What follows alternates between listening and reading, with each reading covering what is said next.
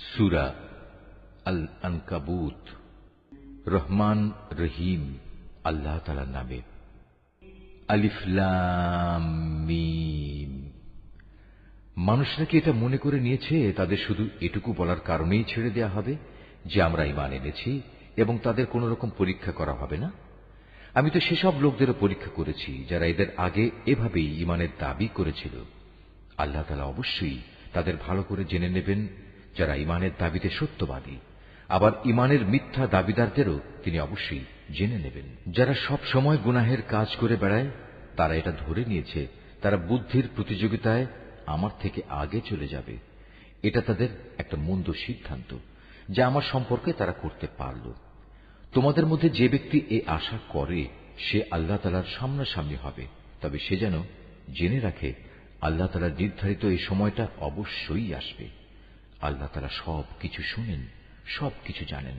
যে ব্যক্তি আল্লাহ তাআলার পথে সংগ্রাম সাধনা করে সে তো আসলে তা করে তার নিজের কল্যাণের জন্যই, কেননা আল্লাহ তাআলা সৃষ্টিকুল থেকে প্রয়োজন মুক্ত। যারা ঈমান আনে এবং নেক কাজ করে আমি অবশ্যই তাদের সেসব দোষ ত্রুটিগুলো দূর করে দেব, এবং তারা যেসব নেক আমল করে আমি তাদের সেসব কর্মের উত্তম ফল দেব। আমি মানুষকে তাদের পিতামাতার সাথে সদ্ব্যবহার করার আদেশ দিয়েছি, কিন্তু যদি কখনো তারা তোমাকে আমার সাথে কাউকে শরীক করার জন্য জবরদস্তি করে, যেহেতু এ ব্যাপারে তোমার কাছে কোন রকম দলিল প্রমাণ নেই, তাই তুমি তাদের কোনো আনুগত্য করো না, কেননা তোমাদের তো আমার কাছেই ফিরে আসতে হবে। আর তখন আমি অবশ্যই তোমাদের সব কিছু বলে দেব তোমরা দুনিয়ার জীবনে কে কোথায় কি করতে। যারা আল্লাহ তাআলার উপর ঈমান এনেছে এবং নেক আমল করেছে আমি অবশ্যই তাদের নেক বান্দাদের অন্তর্ভুক্ত করে নেব। মানুষদের মাঝে কিছু এমনও আছে যারা মুখে বলে আমরা আল্লাহ তাআলার উপর ঈমান এনেছি, কিন্তু যখন তাকে আল্লাহর পথে চলার জন্য কষ্ট দেয়া হয় তখন তারা মানুষের এই পীড়নকে আল্লাহ তাআলার আযাবের মতোই মনে করে। আবার যখন তোমার মালিকের কোনো সাহায্য আসে তখন তারা মুসলমানদের বলতে থাকে আমরা তো তোমাদের সাথেই ছিলাম। এরা মনে করে আল্লাহ তাআলা সৃষ্টিকুলের মানুষদের অন্তরের গোপন বিষয় সম্পর্কে বুঝি মোটেই অবগত নন। আল্লাহ তাআলা অবশ্যই তাদের ভালো করে জেনে নেবেন যারা ঈমান এনেছে। আবার তিনি মুনাফিকদেরও ভালো করে জেনে নেবেন। কাফেররা ঈমানদারদের বলে তোমরা আমাদের পথের অনুসরণ করো, আমরা কিয়ামতের দিন তোমাদের গুনাহসমূহের বোঝা তুলে নেব। অথচ তারা সেদিন তাদের নিজেদের গুনাহসমূহের সামান্য পরিমাণ বোঝাও উঠাতে পারবে না। এরা আসলেই মিথ্যাবাদী। কিয়ামতের দিন এরা অবশ্যই তাদের নিজেদের গুনাহের বোঝা উঠাবে, তারপর তাদের এই বোঝার সাথে থাকবে তোমাদের বোঝাও। দুনিয়ার জীবনে যত মিথ্যা কথা তারা উদ্ভাবন করেছে তাদের অবশ্যই সে ব্যাপারে সেদিন প্রশ্ন করা হবে। আমি নূহকে তার জাতির কাছে পাঠিয়েছিলাম, সে ওদের মাঝে অবস্থান করল 50 কম 1000 বছর। তারা যখন তার কথা শুনল না তখন মহাপ্লাবন এসে তাদের পাকড়াও করল। মূলত তারা ছিল বড়ই জালেম। এ মহাপ্লাবন থেকে আমি তাকে এবং তার সাথে নৌকার আরোহীদের রক্ষা করেছি, আর আমি এই ঘটনাকে সৃষ্টিকুলের মানুষদের জন্য একটি নিদর্শন বানিয়ে রেখেছি। আর যখন ইব্রাহিম তার জাতিকে বলল তোমরা এক আল্লাহ তাআলার ইবাদত করো এবং তাঁকেই ভয় করো, এটাই তোমাদের জন্য ভালো যদি তোমরা বুঝতে পারো। তোমরা তো আল্লাহ তাআলাকে বাদ দিয়ে কেবল মূর্তিসমূহের পূজা করো এবং স্বয়ং আল্লাহ তাআলা সম্পর্কে মিথ্যা কথা উদ্ভাবন করো। আল্লাহ তাআলাকে বাদ দিয়ে যেসব মূর্তির তোমরা পূজা করো তারা তোমাদের কোন রকম রিজিকের মালিক নয়।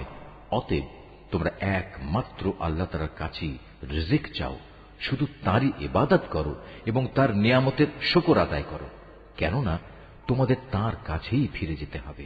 আর যদি তোমরা আমার নবীকে মিথ্যা প্রতিপন্ন করো তাহলে জেনে রেখো তোমাদের আগের জাতির লোকেরাও তাদের জমানার নবীদের মিথ্যা প্রতিপন্ন করেছে।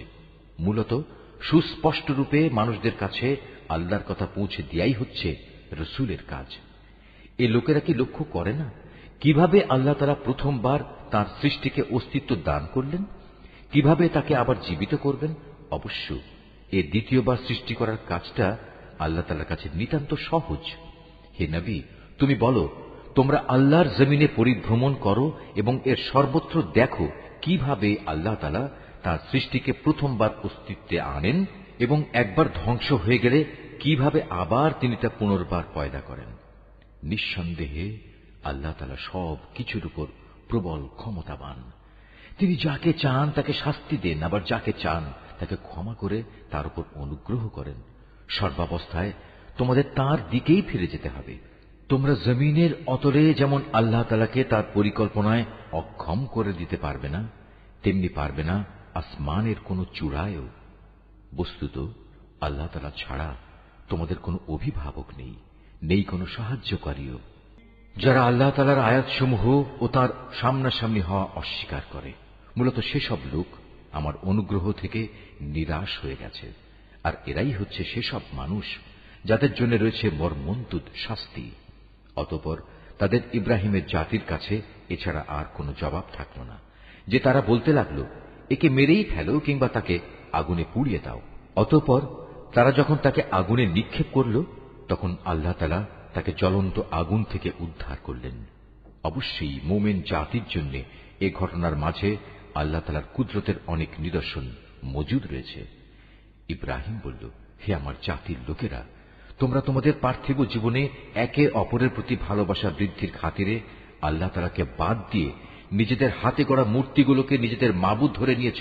অথচ কিয়ামতের দিন তোমাদের এই ভালোবাসার একজন ব্যক্তি আরেকজনকে চিনতেও অস্বীকার করবে। তারা তখন একজন আরেকজনকে অভিশাপ দিতে থাকবে।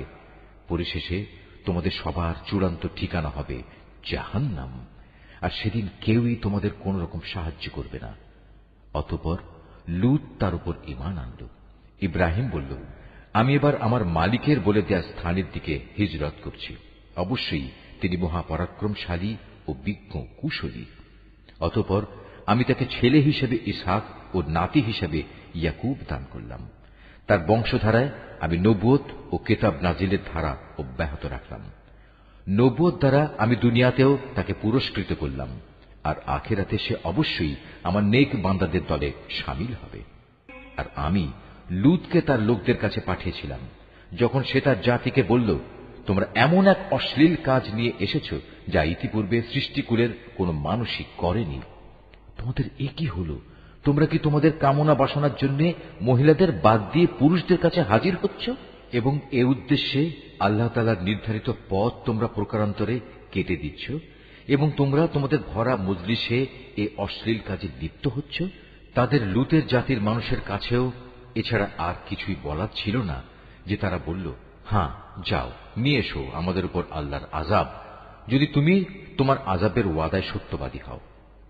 এ কথা শুনে সে আল্লাহর দরবারে ফরিয়াদ করে বলল, হে আমার মালিক, এই ফাসাদি জাতির মোকাবেলায় তুমি আমায় সাহায্য করো।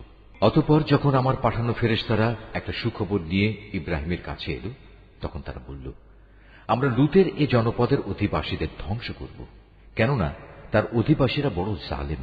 এ কথা শুনে সে বলল, তা কি করে সম্ভব? সেখানে তো নবী লূতও রয়েছে। তারা বলল, আমরা ভালো করে জানি সেখানে কে কে আছে। আমরা লূত এবং তার পরিবারের লোকজনদের অবশ্যই রক্ষা করব, তবে তার স্ত্রীকে নয়। সে আযাবে পড়ে থাকা লোকদের দলে শামিল হবে। তারপর যখন সত্যি আমার পাঠানো ফেরেশতারা লূতের কাছে এলো, তখন তাদের এই আশাটায় লূত খুবই বিষণ্ণ মনা হল। এদের সম্মান রক্ষা করতে পারবে না কারণে তার মন ভেঙে গেল। ওরা এটা দেখে বলল, হে লূত, তুমি ভয় পেও না, তুমি দুশ্চিন্তাগ্রস্তও হয়েও না। আমরা তুমি এবং তোমার পরিবার পরিজনদের রক্ষা করব, তবে তোমার স্ত্রীকে নয়। সে তো আযাবে পড়ে থাকা ব্যক্তিদেরই একজন। আমরা অচিরে এ জনপদের বাকি অধিবাসীদের উপর আসমান থেকে এক ভীতিকর আযাব নাজিল করব, কেননা এরা ছিল ভীষণ গুনাহগার জাতি। একদিন সত্যি সত্যি আমি জনপদকে উল্টে দিয়েছি, এবং তখন থেকে আমি এটিকে জ্ঞানবান সম্প্রদায়ের জন্য একটি সুস্পষ্ট নিদর্শন করে রেখে দিয়েছি। আমি মাদিয়ানের কাছে তাদের ভাই শোয়াবকে পাঠিয়েছি।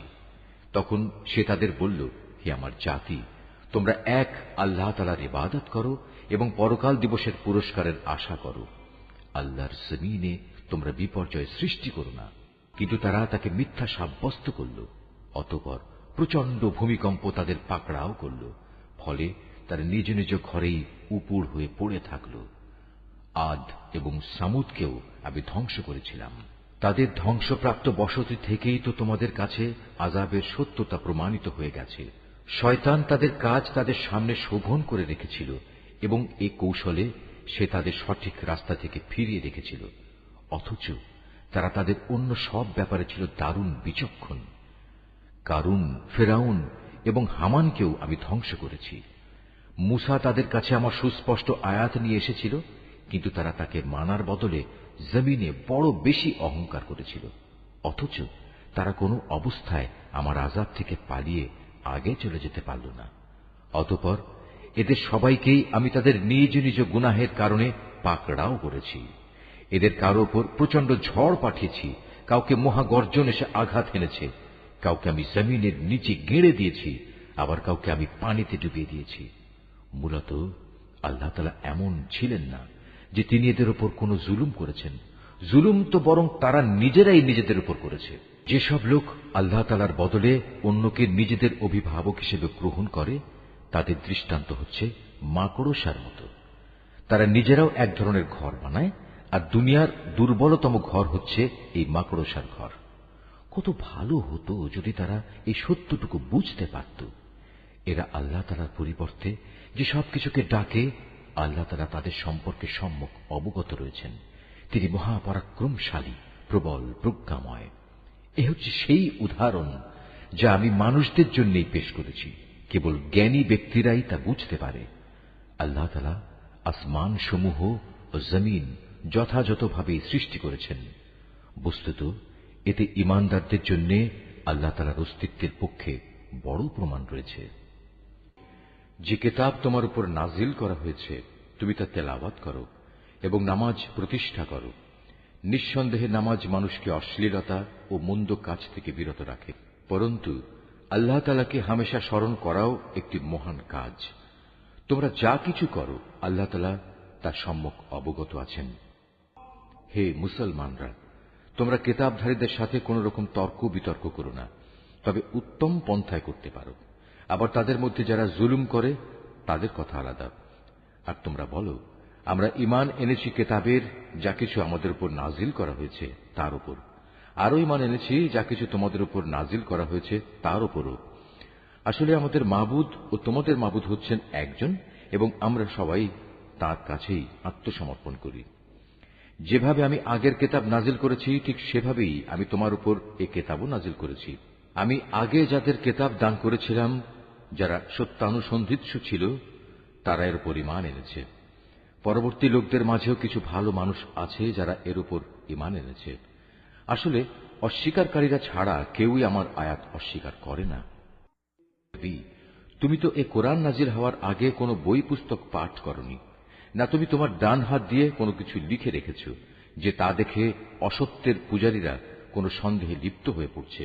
বরং এগুলো হচ্ছে তাদের অন্তরে সুস্পষ্ট নিদর্শন, যাদের আল্লাহ তাআলার পক্ষ থেকে জ্ঞান দেয়া হয়েছে। কতিপয় জালেম ব্যক্তি ছাড়া আমার এই সুস্পষ্ট আয়াতের সাথে কেউই গোড়ামি করতে পারে না। তারা তোমার সম্পর্কে বলে, এ ব্যক্তির কাছে তার মালিকের পক্ষ থেকে নবুয়তের কোনো প্রমাণ নাজিল হয় না কেন?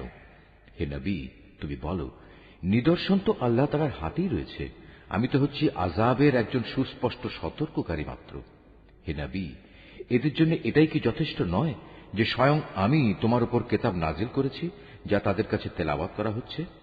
অবশ্যই ঈমানদার সম্প্রদায়ের জন্য এতে আল্লাহ তাআলার অনুগ্রহ ও নসিহত রয়েছে। হে নবী, তুমি বলো, আমার ও তোমাদের মধ্যে সাক্ষী হিসেবে আল্লাহ তাআলাই যথেষ্ট। কেননা আসমান সমূহ ও জমিনে যা আছে তার সবকিছু তিনি জানেন। যারা বাতিলের উপর ঈমান আনে এবং আল্লাহ তাআলাকে অস্বীকার করে, তারাই হচ্ছে মারাত্মক ক্ষতিগ্রস্ত।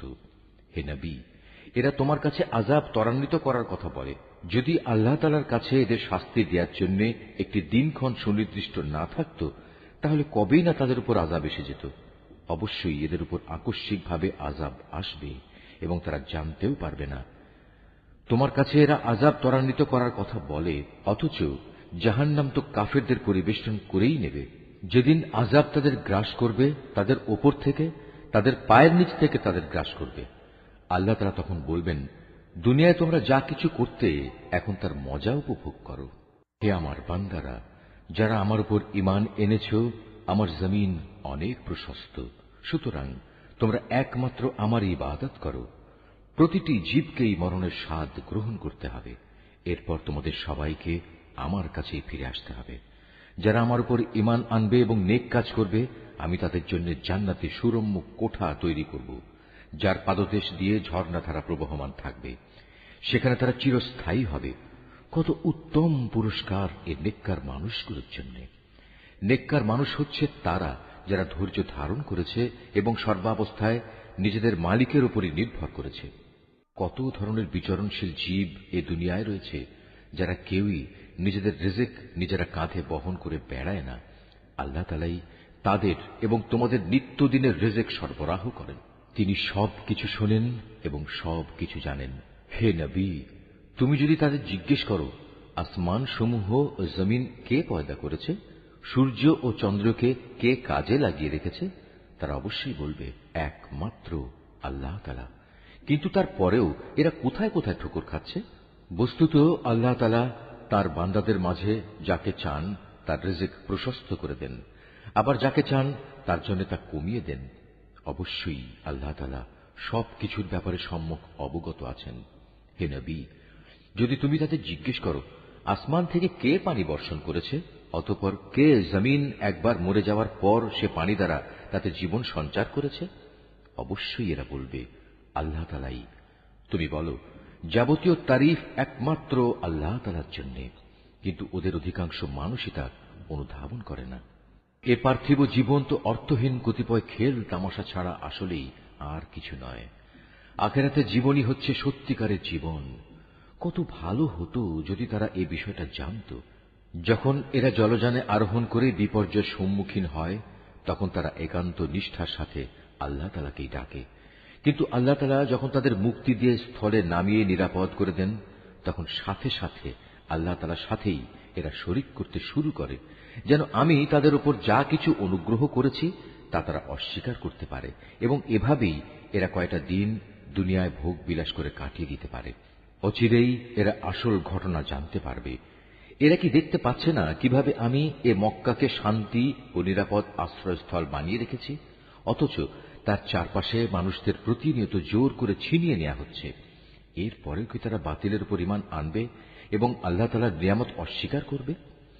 তার চেয়ে বড় জালেম আর কে হতে পারে, যে স্বয়ং আল্লাহ তাআলার উপরই মিথ্যা অপবাদ আরোপ করে, অথবা তার কাছে যখন সত্য এসে যায় তখন তাকেই অস্বীকার করে। হে নবী, এমন ধরনের অস্বীকারীদের জন্য জাহান্নামী কি একমাত্র আশ্রয়স্থল হওয়া উচিত নয়? অপরদিকে যারা আমারই পথে জিহাদ করে, আমি অবশ্যই তাদের আমার পথে পরিচালিত করব। নিঃসন্দেহে আল্লাহ তাআলা নেককার বান্দাদের সাথে রয়েছেন।